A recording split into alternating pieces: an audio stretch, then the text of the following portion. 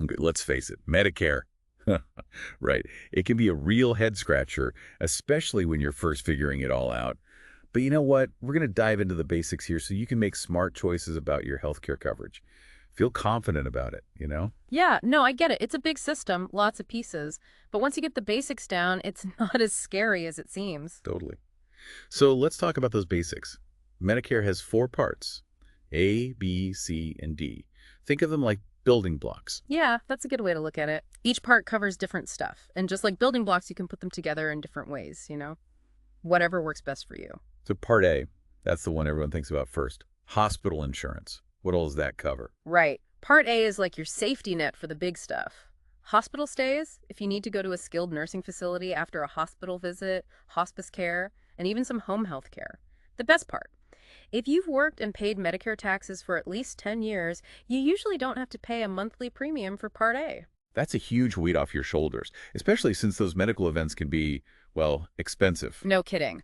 But hospital care is just one part of the picture. That's where Part B comes in, your medical insurance. Right. So this is more about the everyday healthcare needs. You got it. Part B covers things like going to the doctor, outpatient care, those important preventative services like getting those cancer screenings and vaccines and durable medical equipment, like if you need a wheelchair or oxygen tank, things you might need regularly to stay healthy. The routine stuff, but I know this one does have a monthly premium. It does. So you want to definitely think about that when planning your budget. And just so you know, that premium, it can change based on your income. Makes sense. Now, a lot of people ask about Part C Medicare Advantage. What's different about these plans? Okay, so Medicare Advantage plans are provided through private insurance companies. Think of them like bundling parts A and B into one plan. It's a package deal. And don't they usually include extra benefits too? Oh, yeah. A lot of Medicare Advantage plans include Part D, which covers prescription drugs, and they might offer additional things like dental, vision, or even wellness programs. It's a pretty sweet deal. Like a one-stop shop for healthcare. Right. You could say that, but here's the thing with Medicare Advantage. They usually have networks of providers. So to get the most out of your plan, you have to see doctors and hospitals within that network. Ah, I see. So it's kind of like you get a wider range of benefits, but you're choosing from a specific list of options. Exactly. Speaking of making choices, that leads us to Part D, which is all about covering your prescription drugs. And this is so important for folks, especially as we age and, often end up managing more For prescriptions. sure. Part D plans help with those medication costs. If you have original Medicare, you can get a separate Part D plan.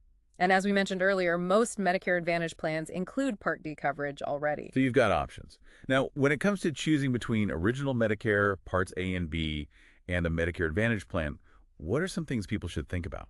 Well, it really depends on your needs and what's important to you. With Yeah. original Medicare, you've got the flexibility to see any doctor who accepts Medicare, which is most doctors in the US. That's got to be a big relief for a lot of people, just knowing they have choices. Yeah, that freedom is a big deal for folks. However, original Medicare usually has higher out-of-pocket costs, so you might want to consider a Medigap policy to help with those costs. Medicare Advantage plans, on the other hand, they often have lower out-of-pocket costs, but you're limited to their network of providers. Sounds like there's no one right answer, huh? Nope. That's why it's important to do your homework and get all the information. Exactly.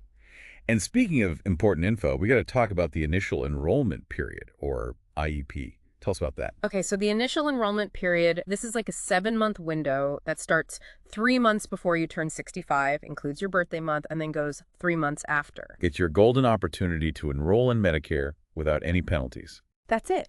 And here's why it matters.